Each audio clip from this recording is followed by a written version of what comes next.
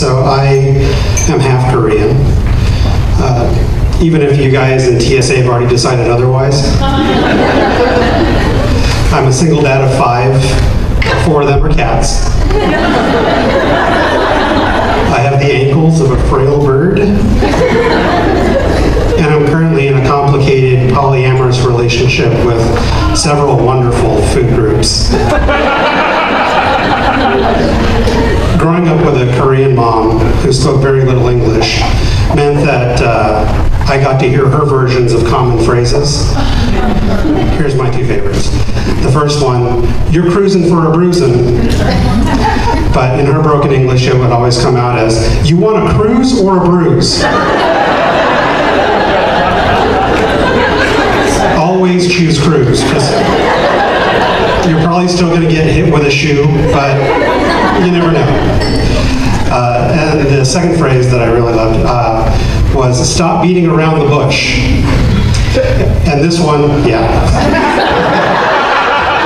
And this one applied through her filter would come out as, "Stop beating the bush." And this was in the 80s when everyone had one, so it sounded even dirtier then. One question that I get when people find out that I'm Korean is, "Have you ever eaten dog?" No, there's no way I could have done it. It's very expensive. But it makes sense that you're going to pay a premium to eat your best friend. I do know someone who has tried it though, and they said dog, it tastes like loyalty.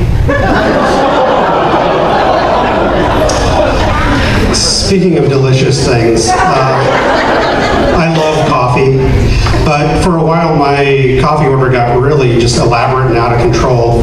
I started off just drinking a latte, and I say latte because that's how my fiance says it, and she's from Canada where they say words wrong.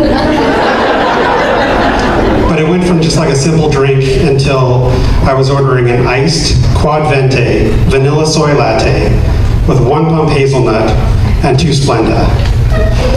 My friend Mark, he named that caffeinated unicorn the Vagina. And that name caught on. I could walk into that local Starbucks and they would just yell out, "Vagina," and then make it. We did name a companion drink the Penis. And the Penis is actually any drink ordered as a venti that's closer to a grande.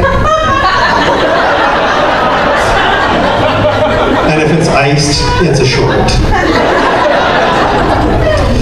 As I mentioned, my fiancée Nicole, she's Canadian, and like the stereotype you guys have heard, she's extremely kind and polite until you fuck with something she cares about. So we were at Denny's the other day, and she ordered a side of brown gravy to go with her French fries. The waitress took our order. A couple minutes later, she came back, dropped off our drinks, and set the side dish down. So Nicole dipped her finger in and tasted it, and then she lifted it up and put it right in front of my face. And she said, "This gravy is ice cold and fucking disgusting. This is one of the reasons why the US has fallen so much.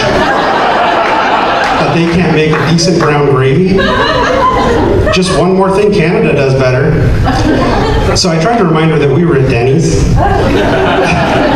but she was not having it. Around this time, the waitress came out with our food, set everything down, including a second side dish of brown gravy.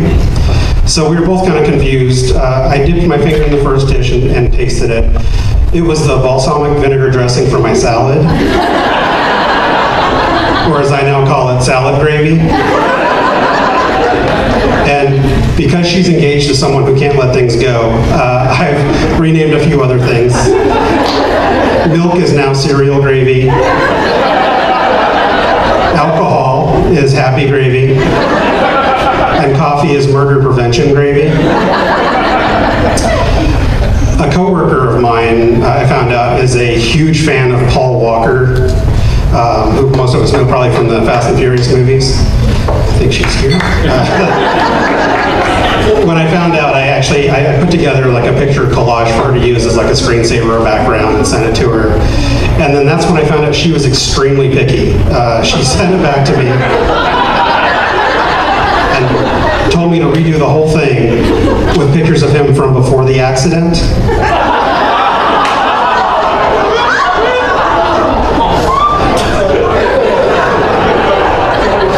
Speaking of car accidents, I was in one about 4 months ago, and it was a pretty bad one. One of the injuries I got, I had a bruised heart, and at one of my follow-up appointments, because I've seen so many of these erectile dysfunction commercials, I thought it'd be funny to ask my doctor if my heart was healthy enough for sex.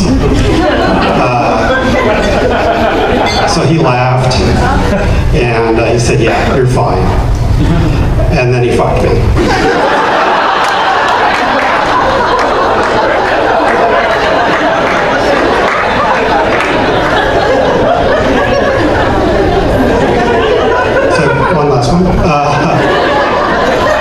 My grandma just turned 92 the other day. She's a horrible racist. But she just discovered Fox News, so she's getting really good at it now. So I'm Joseph Russell. Thank you very much.